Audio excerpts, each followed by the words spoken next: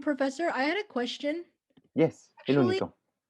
hi. So I was kind of just looking over like the syllabus and it says that we had that group project. So what I kind of wanted to know is like for the group project, are we going to be getting like a template or like, like how is that project going to work basically? Like, what I mean? Like, do we get a Yes. template or? So what you so your number one role is to identify opportunities for Califia farms. So identifying opportunities require your team to do some research. So the first thing I would recommend that you do is that you have a meeting pretty soon, but before this meeting, you give the assignment to everyone to at least write one. They don't have to write just one, they could write more than one, but at least one opportunities. And so if anyone is confused on what they are, it's something that we discuss pretty much every class, and today we'll discuss it again. But to minimize the confusion, what you do is you spend some time looking at the 4 samples which are online.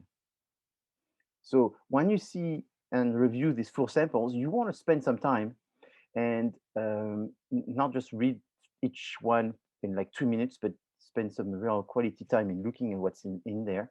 You will see that there's a lot of similarity between these reports. They are similar because that's the way it is all the time.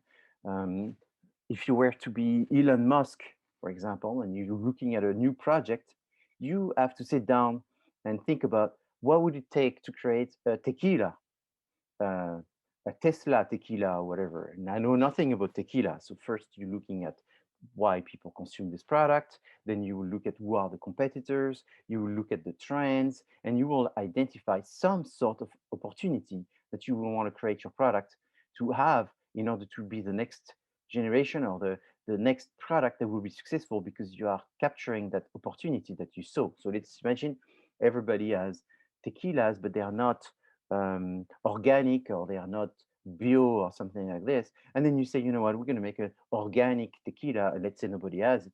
And the opportunity that you will be following is people are buying organic butter, organic vegetable, organic whiskey, organic milk. And therefore, since everything which is organic is better, that would be the opportunity. So it's going to state such a fact, not what you're going to do. So opportunities are not what you are going to do. Opportunities are just facts that you have researched and that they become the basis, they become the main direction, the main idea behind the direction on where you're going to go. So in the samples, you will see that these have multiple opportunities and they have written in a way that is correct. They are totally different opportunities because they are looking at different company that they're trying to help. And so that uh, what's important is for you to see that you have a lot of freedom in the sense that I'm not expecting you to tell me that you're going to do what I have in mind that you should be doing. You have to identify what Califia Farm should be doing. So the first thing is what is Califia Farm? The second thing is what do? They do almond-based, milk-based product. So the next thing is you take Google and put almond-based product and you search about it. Mostly if you don't know anything about it, that way you learn a minimum of information in order to be able to talk about it and feel more confident. Then you see that they do yogurts, and then you search all kinds of things, and then you find that something I make up right now is the number of people eating cheese in the USA has increased by 60% in the past 2 years. So that's an opportunity. And then you sort of get lucky because you go on YouTube and you see there's a lot of people making cheese with almond milk.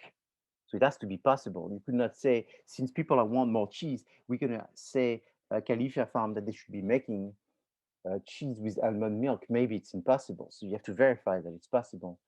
And if you see that it's actually a hobby, interest that people are growing to use almond milk to make their own cheese because nobody's actually supplying a cheese made with almond milk, and there's a trend for people to do it for themselves at home, then you put those two pieces together. More people want cheese, and there's a small hobby growing and making almond cheese at home, we're going to try to make the almond cheese commercially and offer it as an option for people to buy it straight from a company that has a good reputation in the almond milk, and you just add a new product to their portfolio. And I mean, if you were to find something like this, that would make your life very easy, much easier. The difficulty are not to identify the strengths and weaknesses. The difficulty is to really identify the opportunities. So does that answer your question, Nico?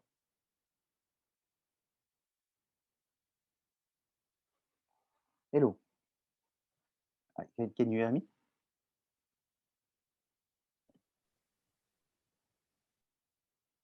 Yes, we can. Okay.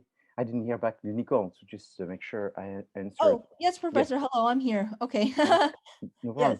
So that was your question, is where can we find? There's no.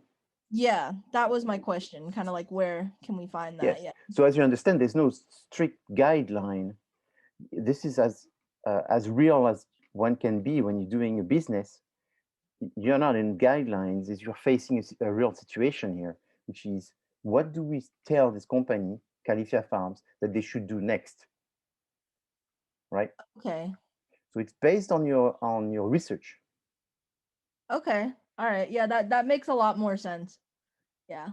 That makes more sense. It's kind of interesting because I've never had a project like that before, where it's like, there's like, where like usually there's restrictions and you have to do a certain way. So like it's kind of interesting to like kind of let you yourself and your group just kind of like think of all the solutions yourself, and basically just try to convince you that, like, with our evidence, like, it'll work or something.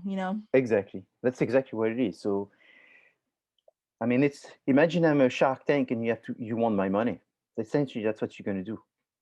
Okay. And so you're going to say, how can I convince him to invest in my proposition for Califia? So in Shark Tank, everybody comes with their own company. Here it's for Califia. So everybody's working for Califia and trying to get a shark. Who's bringing the best solution to the shark? Okay. And so those 4 samples, when you read them, because I've done this many, many times. So I mean, 25, no, in a row, 21 time in a row with more than 15,000 students.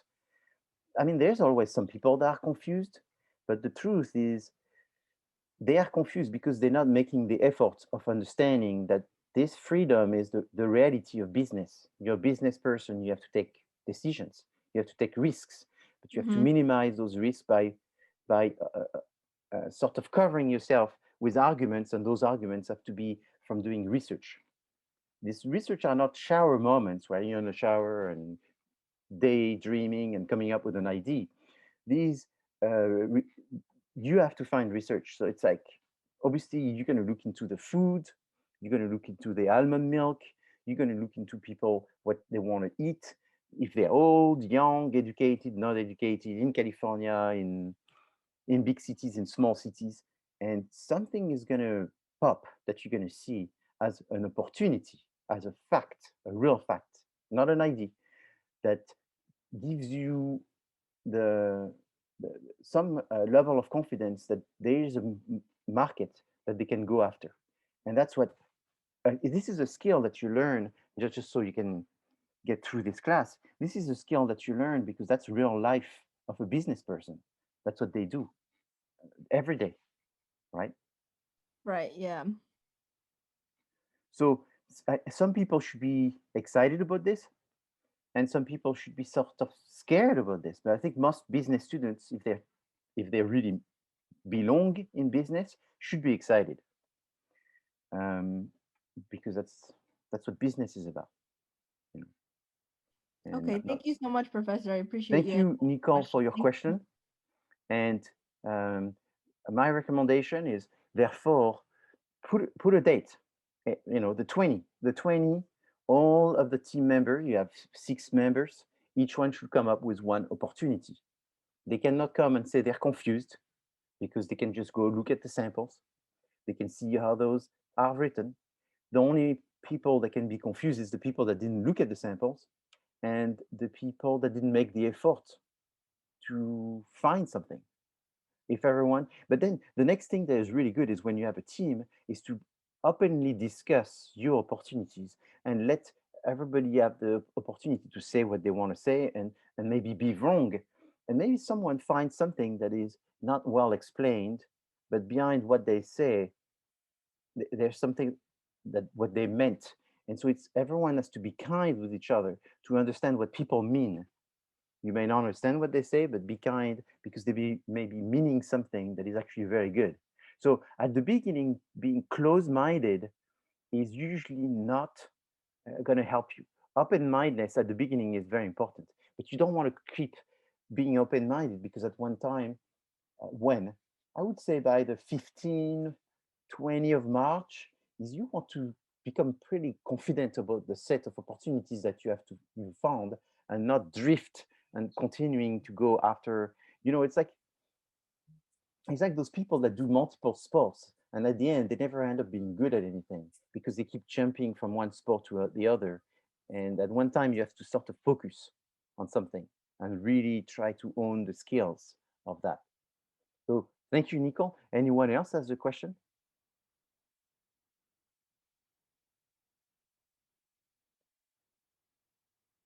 All right, so let's see in the chat. I have enough time to look at. I guess I Okay, have a question. yes, go ahead. Like, when is this due, or when are we going to? So if I you know look in you the mentioned. syllabus, I think it says the 10 or 13 of May. Okay, It's and due the week before the final. And then okay, there's a draft, and the draft is due. Let me see. I have the syllabus here. I tell you. I also remember you mentioned a TA Yes, that we yes. would It's be able it's all in the to. syllabus. If you go to Canvas, you click on Okay, File, you click on Syllabus. Inside it answers all these questions that you're asking me, including when is the TA, where is the TA, their uh, link, and all that. So please just look at the syllabus. okay, thank you. You're welcome. I was going to say something. Oh yes, I was looking at the chat and someone say, yeah, Yes, Professor. don't focus on the product.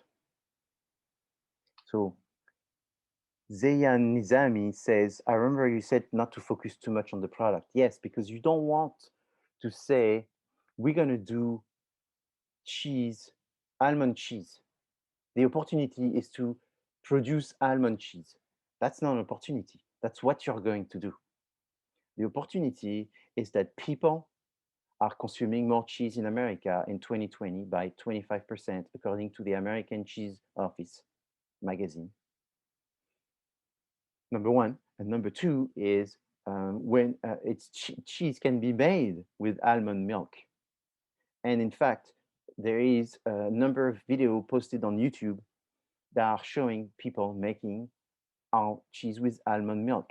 And each one of these videos has been viewed I don't know, 2,000 times in the past 6 months. So these are not a big number, but at least it validates the fact that it can be done and that there are some people that are actually having fun making almond cheese. And since cheese is growing, and since almond milk consumption is also growing, and what else? Healthy foods and all that is also growing.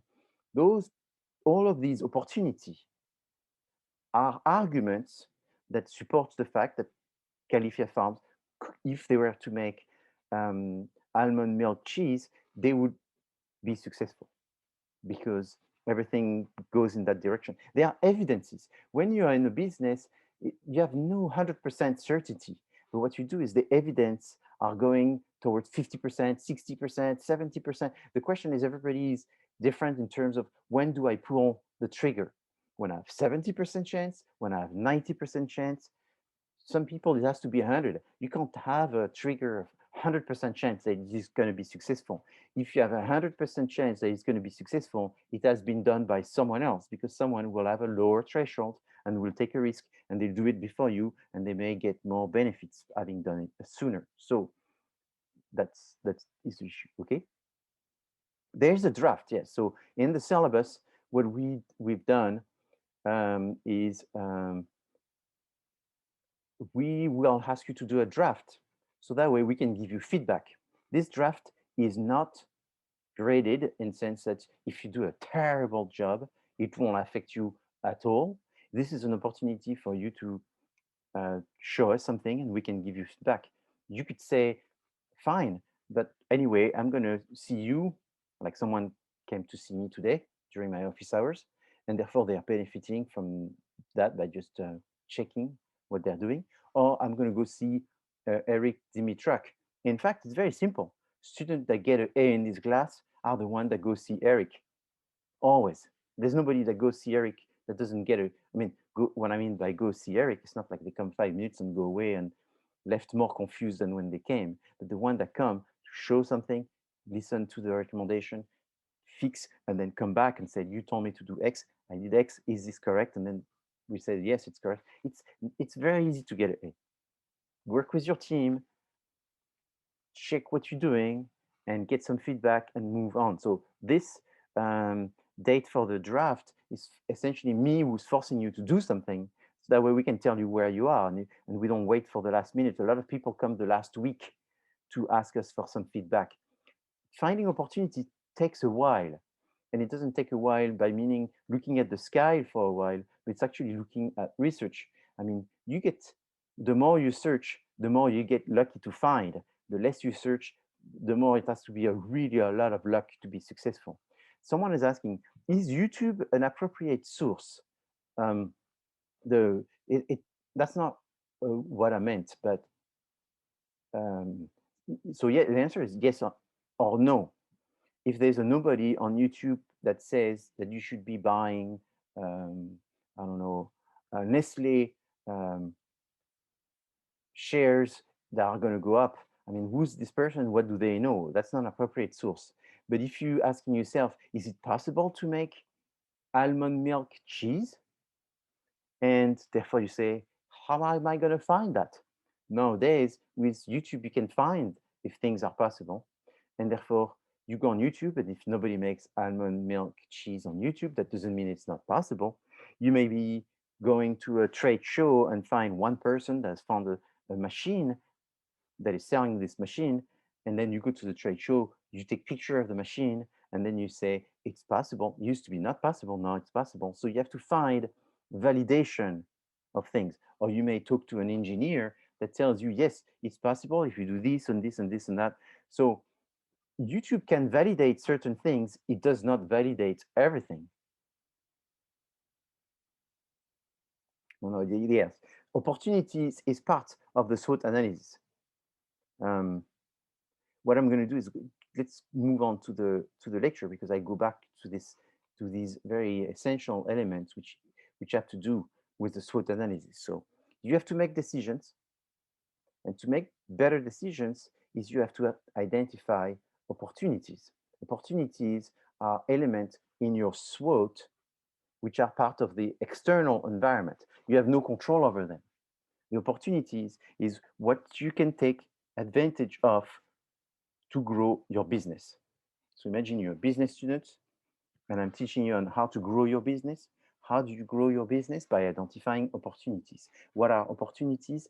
Factor that you have no control over in the environment, but that you can take advantage of in order to grow your business. So where do you find opportunities? Opportunities are found in your environment. What are the factors in your environment? All of these are areas, factors, where you can search, do research to identify things that change in your environment. The most important one are the customers. The customer is the number one source of opportunities for any business and most of the time. So if you look at the customer, one thing that I won't talk about it in great detail today, but which is very important, is segmentation, targeting, and positioning. There is a class in 2 weeks, maybe more, where I'm going to be specifically talking just on STP. But just to summarize what it is not every customer is the same, and therefore it's very important to look at the differences between the customer and find the difference that you think is as the best opportunity. So dividing customers is one way to identify differences, and these differences between customers happens to be oftentimes an opportunity. The game of STP, if I was to summarize it, is a game that everybody has done, or the act of doing STP.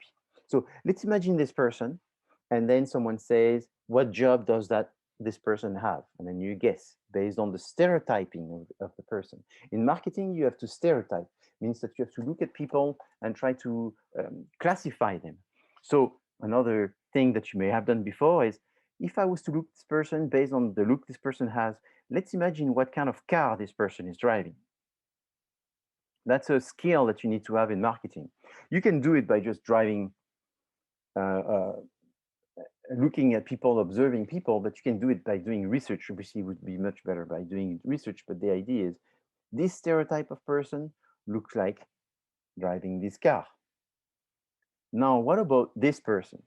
What kind of car this person is driving, do you think? Lamborghini. A Lamborghini? So a fancy car, some sort of fancy car. Could be a Lamborghini, could be a Range Rover, maybe. Porsche. Maybe a Porsche. Buick. A Buick, okay, like a high-end Buick or something. Mercedes. A Mercedes. Okay, so this, the exercise you're doing right now is essentially what marketers do, is who do we think will drive a Mercedes? Or this person, what kind of product do we think they're gonna have? So you can go both ways. Marketers do this all the time, is try to guess who. Who is this for? Why do they want it? When do they want it? How do they want it? How much they're gonna pay? All of this. So I just made my own association, and I associated this, could be this person driving this very bespoke Mini, which has been customized and so forth. So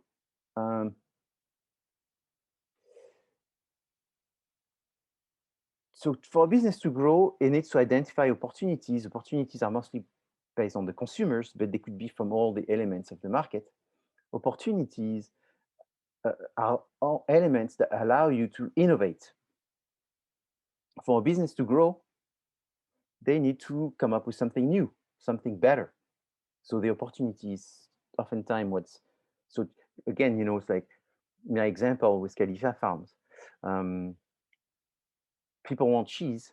Now you bring a different type of cheese, which in some way, for certain people, not everybody, will be better because it's made of almond milk. In fact, it's very true. I personally love cheese, and that's where you have to go. You have to start with yourself, but then start talking to other people. So if I was someone that you would interview, I do love cheese. Obviously, it's very cultural because I'm from France. However, I found, that consuming a lot of dairy product is not very good for your health. So I've tried to look for some substitutes.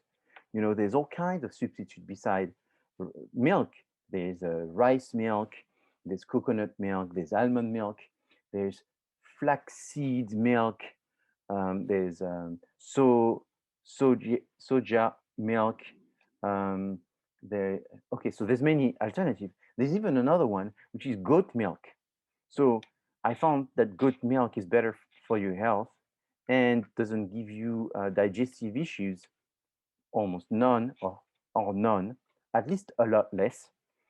So I found that I buy more goat cheese than I used to because of that factor. So am I the only one? Not really, because if you do a Google search on this, and sometimes you think you found something and you feel very good about it. It's like, yeah, I'm so smart. I found that goat cheese is much better. I'm the only one and all this. And then you start talking to some people and you found that people have found this a long time ago. So almond milk being good for your health is not new anymore. But what is new? What could you do with it, right? And could you? So What about adding a flavor? So that has been done. What about adding some nutrients? This has been done. What about, what about? So now if I say adding flavors, adding nutrients, I'm talking about opportunities, but in sort of an incorrect way, because I said, be careful when you talk about opportunities, don't talk about it as a product. So now you're all confused. Well, if you talk about it as a product, you have to make sure that there's an opportunity supporting it. So if I say, I'm going to do almond milk flavored with lemon, because I like lemon, I may be talking about a product, then launching this product and being very unsuccessful. Then I like banana and I say, I'm going to do almond milk flavored with banana. And then I launch it and then I become very successful and everybody think I'm a genius. But in fact, it was luck too, because I like banana. And in fact, at that time, banana was popular. So you don't want to be the victim of your lack of research and successful because of good luck. Is if you, when you want to grow your company, if you're too product oriented, you may be giving too much space for chance to make you successful. So that's why if you think about product, it's okay. Make sure that there's are opportunities supporting it. So obviously, the best way is to think about opportunity and then thinking about a product. But it's very common. It's actually probably more common for people to think about a product and then having to validate your product ID with an opportunity. So when you talk to an investor, let's go back to Shark Tanks, you can look 100 episodes and you will see over 100 episodes, there's probably 85 episodes, 85% of the episode that talk about the opportunity and then right after talk about talk about the product 85% of the time, and then right after validate this idea of a product with an opportunity. An investor would not want to invest in a business which does not understand the concept of opportunity and only believe in the power of someone's ID. Someone ID may be just that good for that person. Someone ID supporting by opportunities, the opportunity is going to give strength to that ID, and therefore it's going to be worth to invest in it. The only people that will be investing in someone's IDs are family members and foolish people. People that invest in other people have to look at the opportunity supporting their ID and not just how much they like the ID. Just an ID is insufficient. Okay, do you have a question?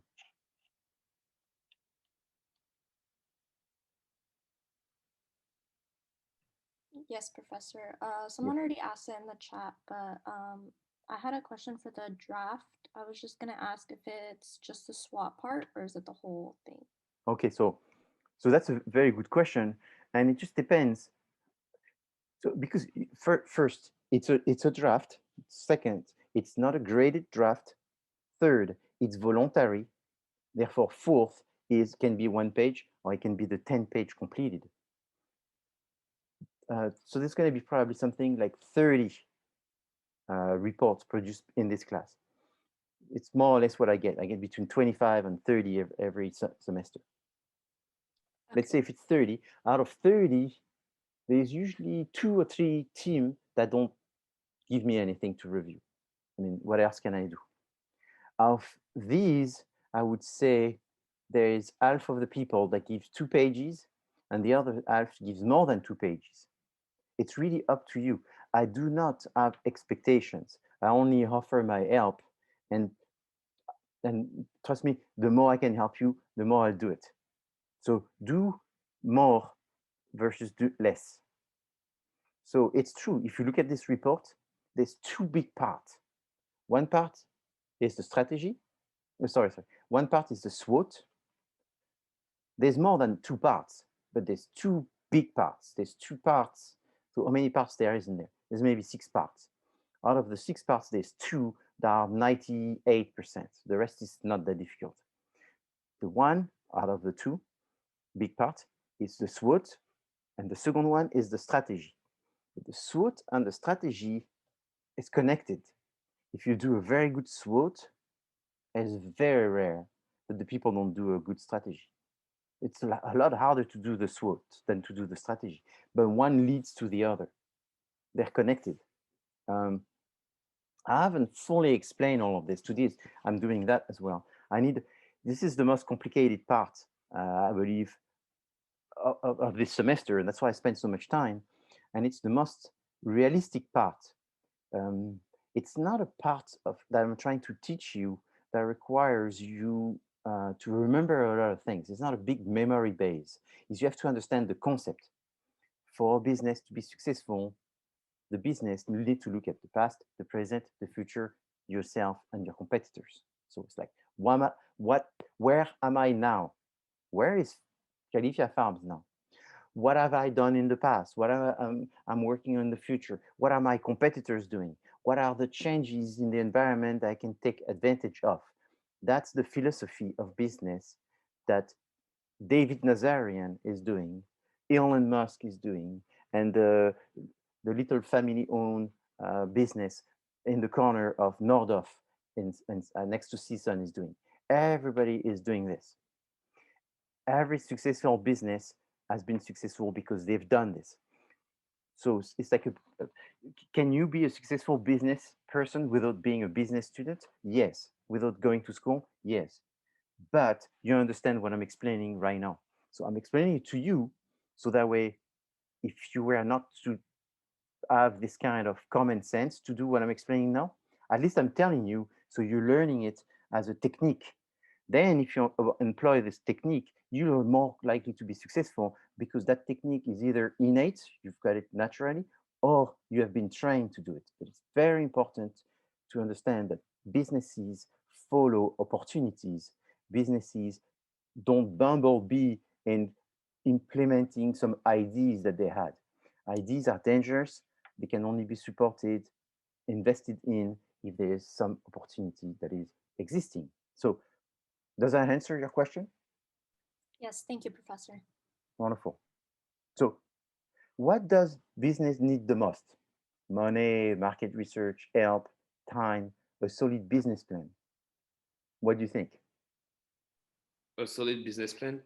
That's correct. A solid business plan. And that's Yannick answering, right? Yes. That was very quick, Yannick. That was amazing. And I'm so glad that because we had a discussion on that. So he's a student, we already had the discussion on this private in office hours. And now I'm so thrilled. You have no idea that he was so quick in answering that. So that means he understood. Hallelujah, he understood our discussion. So a solid business plan is the best. So do you need money? You need money, but money is overrated. A lot of businesses become successful without that much money.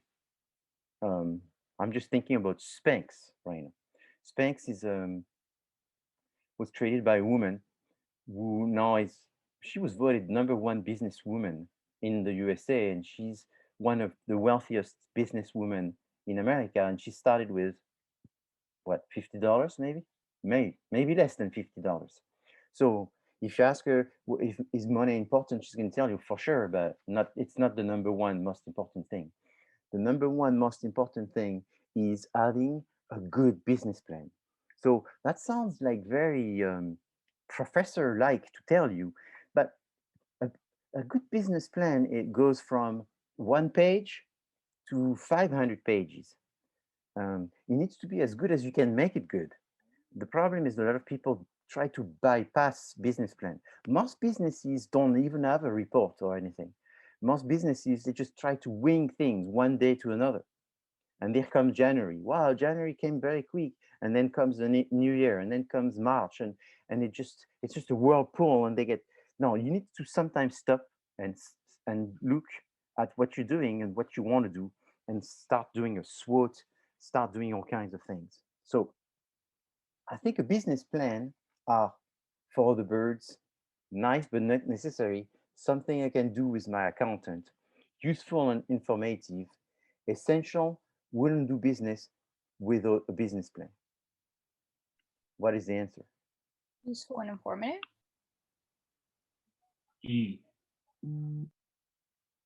It's E. Is you can't do business without a business plan. So again, this is sort of annoying, and it's kind of strange that most businesses don't have a business plan. And sometimes what they have is they have something that they think is a business plan, but really what it is it's just a business model. Or sometimes they think they have a business plan, but it's a marketing plan. So it's a less than a business plan. So just to keep going this direction. So what is a marketing plan? Marketing plan is very set.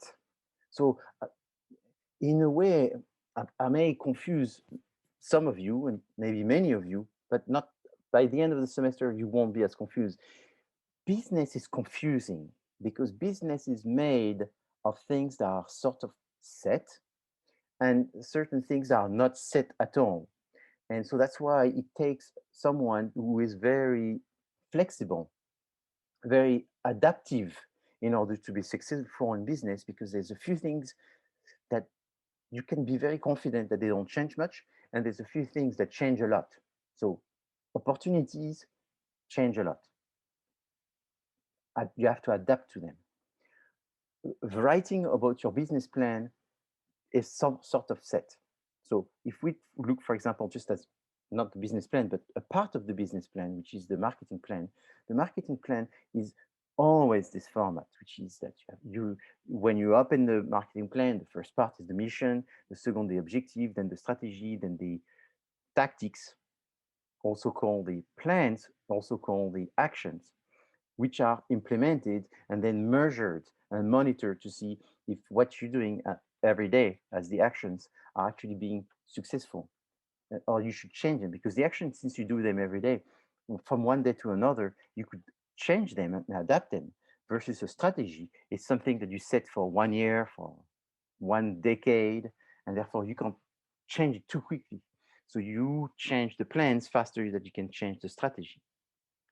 What are the inside the plans, the tactics, the actions? They are the 4 Ps. So marketing is explained by marketing is about satisfaction. Marketing is also explained because it takes a set of actions in order to be implemented. And these actions are called the product, the price, the place, and the promotion. Each one of these I will spend a specific time, but they are the detailed plans or the specific plans that you work on. Why do you plan? Well, you plan because it's sort of like the chicken and the egg. There is you need to start. You need to have a process. You need to have a structure. You need to have things organized. There's a lot of things that you need to work on. And that's why you develop a business plan. What's inside a business plan? Inside the business plan, you have multiple plans. So it's like, what's inside a business school? Inside the business school, you have departments: finance department, accounting departments, operation departments, marketing departments, business law departments. Like in this class, what are business students? Business students are students that look at business more specifically through the lens of the major that they are focused on, right? I'm not telling you anything new with this. Well, therefore, a business plan is exactly the same. A business plan is written by multiple people. One person from accounting, one person from production, one person from marketing, one person from the business law, one person from finance, and so forth. And they all agree on when things needs to happen, and therefore they write also a timeline, a schedule of activities and who's responsible. So when people say we should write a business plan, that means that they should write a document that doesn't really exist. There's not such a thing as a business plan. What it is the name for the compilation of existing plan. There's a plan that exists, it's marketing, and there's a plan that exists, it's finance. If you're a finance major, your specialty is going to be to write financial reports and plans more than marketing or legal plans. Because you're a finance major, you do have to know what's a legal plan and what's a marketing plan, and therefore you can contribute to that virtual concept which is called a business plan. That's why I said a lot of people write business plan thinking that there's such a thing as a business plan, and what they do is they write a business model. where they explain what they're going to do, how they're going to do it, who's going to be responsible, and what this is about, how much money they're going to make. They don't realize that it's not just business plan is the thing, it's multiple plan inside. So therefore, it's more complicated maybe than you thought. I'm sure it's more complicated than people think in general. So this thing is going to be 100 pages. Well, I don't want to be obnoxious, but maybe you could say, at least you should have a page for each. Let's write a business plan. So this business plan is going to have one page for each, one page for operation, one page for production, one page for marketing, one page for finance. And at least then you can say that you've wrote a business plan because there's a representation of each of the business function inside your business plan. Okay, do you understand this? This is something that I bring here, I bring to this class, and almost never, like 99% never, students know what is a business plan. In fact, I run into a lot of practitioners, business people, that don't know what's a business plan. And I don't know if it's not worse, but I run into a lot of professors that don't know what's business professor, that don't really know what's a business plan. In fact, even if you were to look at Wikipedia to get the explanation of a business plan, people are confused after they read Wikipedia's explanation of what is a business plan. So I made this slide as a one slide that sort of tells you what is a business plan.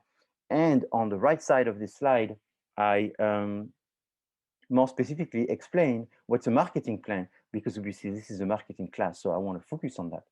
So a marketing class, and maybe you don't see a management plan here.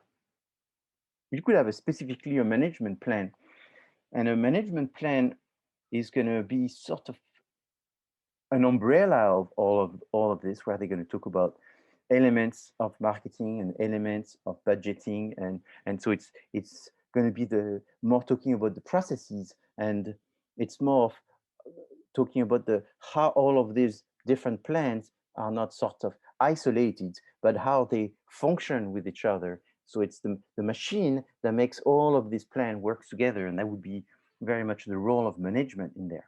So going back to what is a marketing plan really focuses in identifying where is the company, where are they now? And this where are they now is very much explained by the first part of the marketing plan, which is called the situation analysis. Inside the situation analysis, you have a big component called the SWOT, SWOT analysis, and also the PEST analysis. In fact, the PEST and the SWOT are very similar. I have the PEST right here. If you look at the PEST, P-E-S-T analysis, also called PESON analysis, you have political, economical, social, technological. It's the PEST analysis as element of the macro environment. So the PEST analysis is like a portion. If you do a PEST analysis, well, if you do a SWOT analysis, you also, by definition, doing a PEST analysis. When you do the PEST analysis, you mostly focus on these 4 elements of the macro environment. It's important to not think that the PEST is worth nothing since you're doing the SWOT. The advantage of thinking about the PEST at the same time as you think about the SWOT is that it forces people to realize that the SWOT is not an analysis that only looks at 1 or 2 factors when defining strength, weaknesses, opportunity, and threats. Opportunities can be found in all of these factors. Strengths and weaknesses are mostly found in the company factor, in the macro environment factors, versus the threats are found, the biggest source of threat are the competitors. So some micro, but also some macro. So all of them could be threats, but there is tendencies for the threat to come mostly from the competitors, and then from the political, economic, depending again, which company, there's sometimes some emphasis on technology or natural because of what the company is about. So if you working for a company that makes an app, a big threat could be technological. If you a company making food, such as Califia Farms, a big threat could be natural. But political is always a threat, and demographic, economic is always a threat. So the more you write SWOTs, the more you get comfortable in where are the typical elements coming from in order to build the SWOT.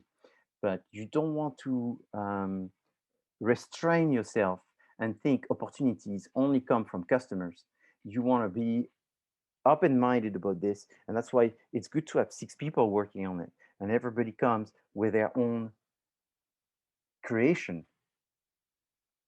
of opportunities based on research that they have accomplished. Do you have any questions so far? So I keep on going and making sure I don't lose you somewhere.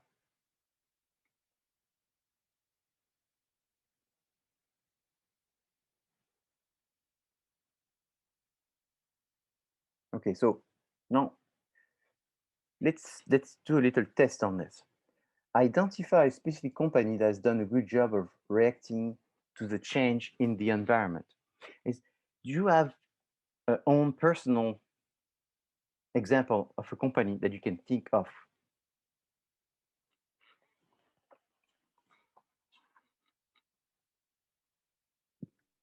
Could be Tesla.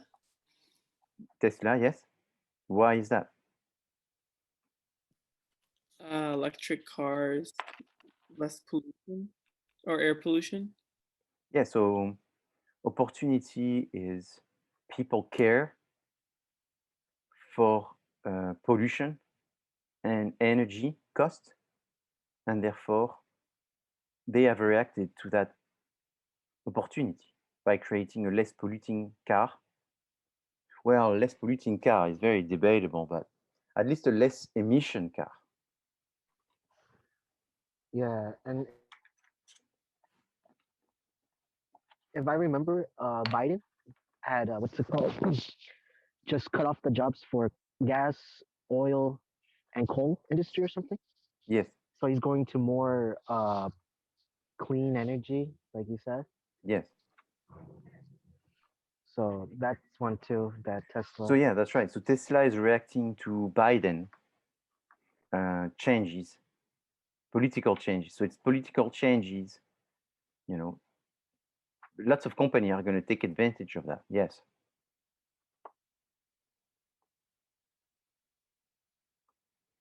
So these are the very obvious one that everybody can see. You know, gas prices going up, produce more electric cars.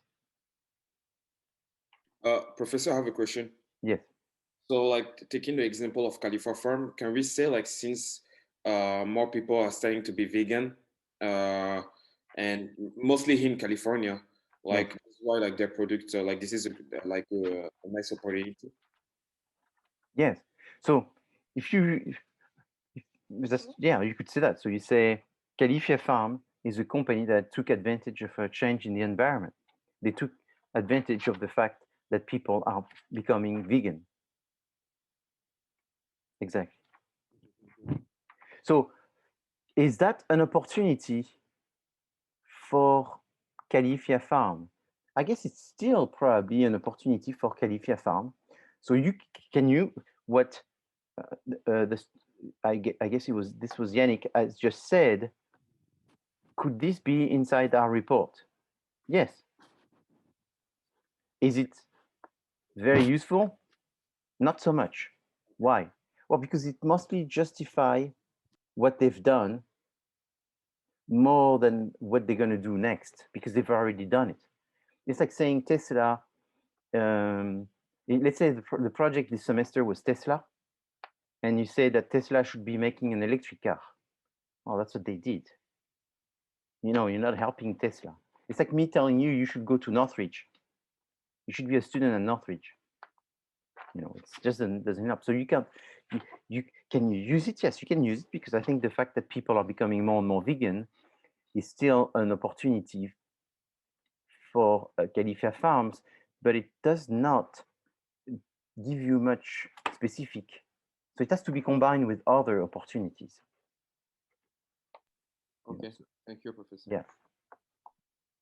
So there is the direction. So where can you look for this type of things? You look inside industry reports. Industry reports, for the most part, you have to pay to look at them. But because you have access to the library, and the library has many databases in order to direct you, they are, I mean, very expensive industry reports that are available in CSUN library and you can find online. When you read these reports are essentially talking about all the elements that you need to put in your SWOT. So when you write an industry report, you write a list, a laundry list of factors that would fit inside a SWOT. Sometimes even in industry report, they write a section that sort of really look like a SWOT. You know, it's like what are the future trends and what are the opportunity that the world could take advantage that, or the movement and the change, or what's popular or what's to come. Sometimes they just tell you what they are.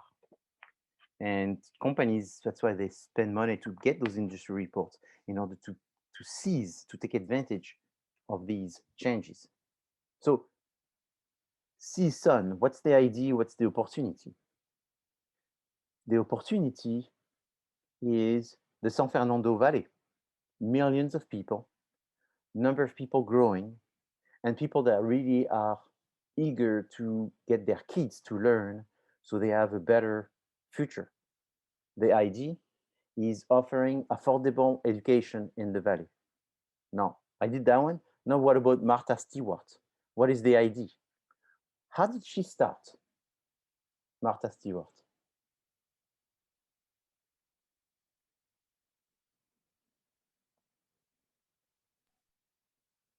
Anyone knows? Martha Stewart started writing cooking recipe book. So she started writing books on how to cook. Was Martha Stewart a cook? No. Was she a good cook? Probably very good. Was she a professional cook? No. Was she trained? No. Was she a writer? No. So how did Martha Stewart decided to write a book on cooking? And she became famous.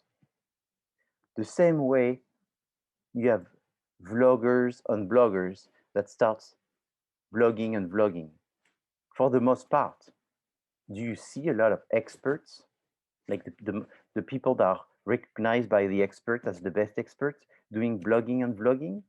Yeah, you see a little few, but the majority is people that are just sort of gutsy enough to pretend and fake it, make it, talk about things that they don't know. But they pretend well, they do it often, and eventually people decide that therefore that must be true. And they get entertained, and then they follow these people. So Martha Stewart, obviously a long time ago, before TikTok and Instagram and Facebook, did the same thing. She realized that most people didn't know how to cook, and most people were worse than her. All she needed to is to write a book where that book is 1% better than most people. So she wrote a cooking book. It was at the time where women were cooking more. There was less takeaway and so forth. And therefore, they were looking for a solution. And then, you know, she had a nice way of doing it. She had a simple way of learning how to cook that was not professional, therefore it applied to more people. So her book became very popular, not because she was professional, but because she was talking with the right voice to enough people that were not as good as her, that they found that she was just good enough for them to follow her. So they followed her. And as they followed her, people started thinking, gee, Martha, you taught me how to cook. What pan should I buy? What dish, pottery dish or ceramic container should I buy? And then Martha said, gee, I don't know anything about containers. Why are they asking me? Or because you told them how to cook. So now you can tell them what to use. And so the world is made of sheep, and the world is looking for shepherd. You can decide to be a shepherd and lead the sheep. All you have to do is to make sure that you're 1% better than lots of people, and identify who are these people that you're 1% or more better than them, and then tell them what to do. And then they just follow you and do what you tell them to do. So that's what Martha Stewart did. But this is true for a lot of businesses. You just need to find those people knowing less than you and making them believe that you know so much that they want to listen to you, and then they become fan. And then it's not just a lip service, they actually get a benefit. They get satisfied from having followed you, and then they're going to keep looking for more and more solutions coming from you. This is a student business. What the students identified is people are home looking for things to do. Opportunity one. Two is they want to grow something at home that is simple, so simple that even a kid could do it, so they could do it with the kids if they have it, or because it can be done by kids. Therefore, for an adult, it's less to learn, it's easy to do. And so they created mushroom kits because they also found that mushroom consumption was growing. People thought it was healthier, maybe good for vegan and all that. So there's a vegan growth. And so they created mushroom do-it-yourself kit. Not only this business became successful and they made a lot of money, but they were also getting a lot of support. They won a lot of grants and prizes for being a model type of business that everybody should learn about and follow. Very simple. This company, Fiesta Auto Insurance, what would be the opportunity? What is the opportunity of More that? people are buying cars. So opportunity one, more people are buying cars. And I think it's you, Jose Ramirez, right? Yes. And so you are actually part of the answer. So students buying cars. It's a group of people looking for insurance. Hispanic people, Latin Oh. people looking for insurance. Because most of the insurance are called Mercury, Lloyd, Switzerland, right? And so someone said, let's make an insurance company which speaks Spanish, advertise in Spanish, help people who have specific need within the this community, and we're going to help them because it's us helping them and them like us. So the opportunity is the increasing number of Hispanics and Latin people who are buying a car and having their needs not fully met within the other type of insurances. So now Fiesta Insurance is a very big franchise in the insurance business. Businesses go like this. They look for problems and they offer solutions.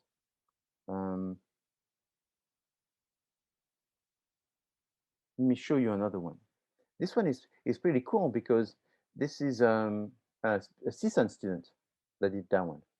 So he was not my student. He was a student from a professor who's retired now. But I knew this professor very much, a wonderful professor. And that student was very involved still with the university 20 years after graduating. And so I met him and he was telling me about this thing. He found, so the opportunity is people who, when they take pills, very often they forgot if they took the pill or didn't take the pill. Did I take the pill? Maybe I didn't take the pill. Should I take it again? And so they found that people forget. Opportunity one. The older they get, the more pills they take, and the more they forget. So that's perfect. Lots of pills, lots of people. And then he says, I want to invent the cap, just the cap. That has a simple technology that when you take it in and out, you know the last time you opened it. So then you simply say, or you can see if you forgot or not, right? So now, if I tell you the opportunity is to make a cap that records when was the last time you opened the uh, the medicine, would that be an opportunity? No, because I'm telling you what I'm going to do. That's an ID. It's an ID. It's what I'm going to do. An opportunity is a lot of people take pills. A lot of people don't remember when they took pills. The older you are, the more pills you take. So that's very important that you understand that opportunities are specified by the fact. And businesses become successful because they give a solution to facts. So the solution to facts was to create this. In fact, if you go to Walgreens, CVS, a lot of supermarkets, and you go in the pharmacy section, you will actually find the cap that was created by a past CSUN student. So now he's a very successful business person. He was successful from previous businesses that he did. And I think he kept on growing. And I think that's a wonderful business that is very justified and is growing nationally. And he's selling it, I believe, as well, directly to the hospitals and to, like Kaiser Permanente and so forth. So he found a hole, he found a problem, and he created the solution, and people really like that. Any questions on what are opportunities? Any questions on what you're supposed to do yourself? You're supposed to find opportunities, not for Kaiser Permanente with this timer cap, but you're supposed to find opportunities for Califia Farms. What should they do next? Why should they create a new product? Should they modify an existing product? Should they create a different campaign? Should they look at different customers that they are looking at right now? How do we know who they are looking at right now? Well, see where they sell the product. Do they sell in Gelson's more than Vans?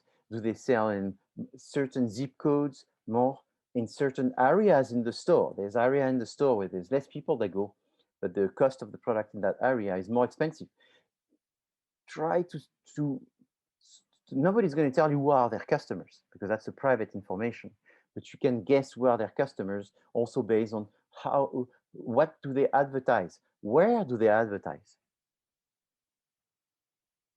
Oh, all right, any questions?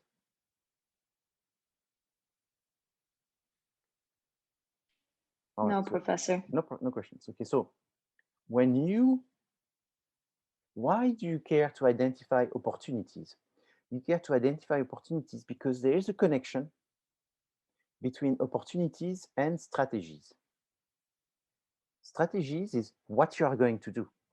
And what you are going to do is based on what you have identified to be the problems.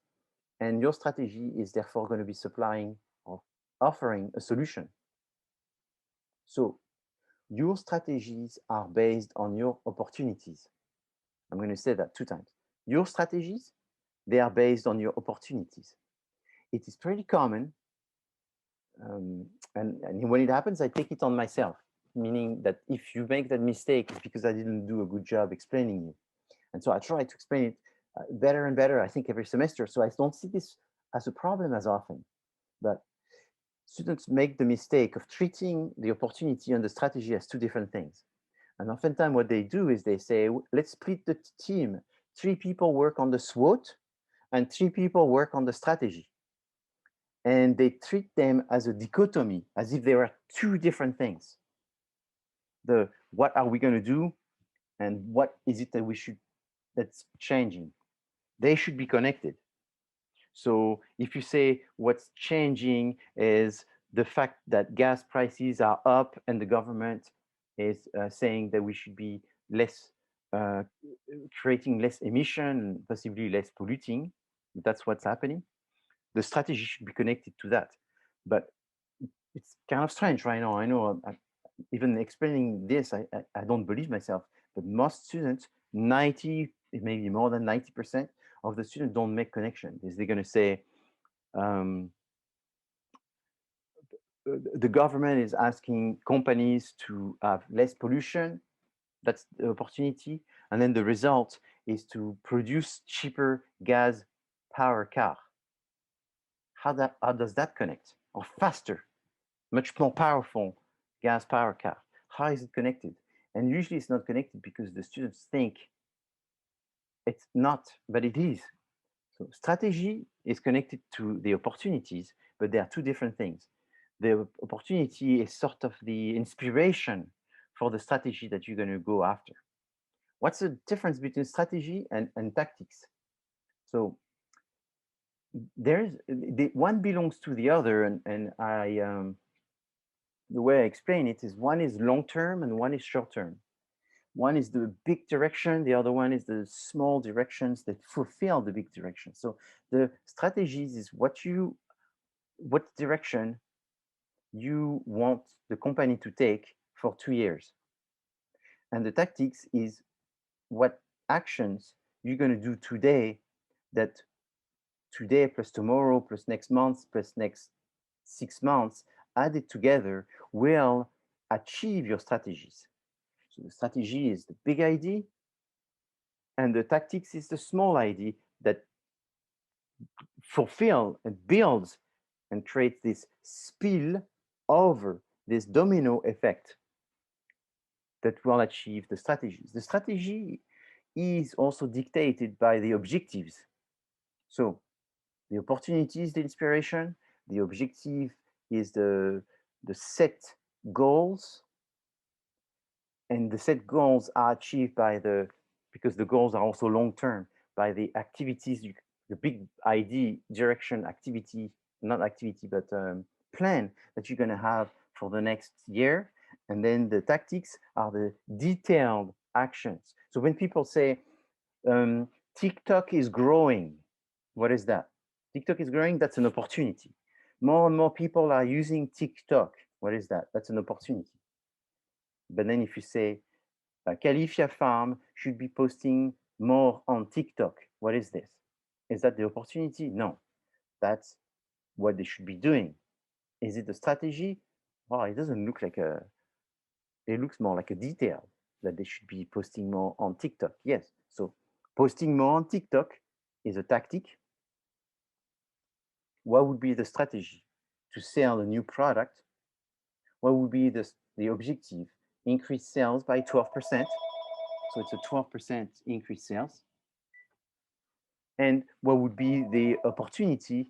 The opportunity will be that there is a vegan, healthy, organic, or something like this, which that is going to be used in order to modify the product to make it more that way.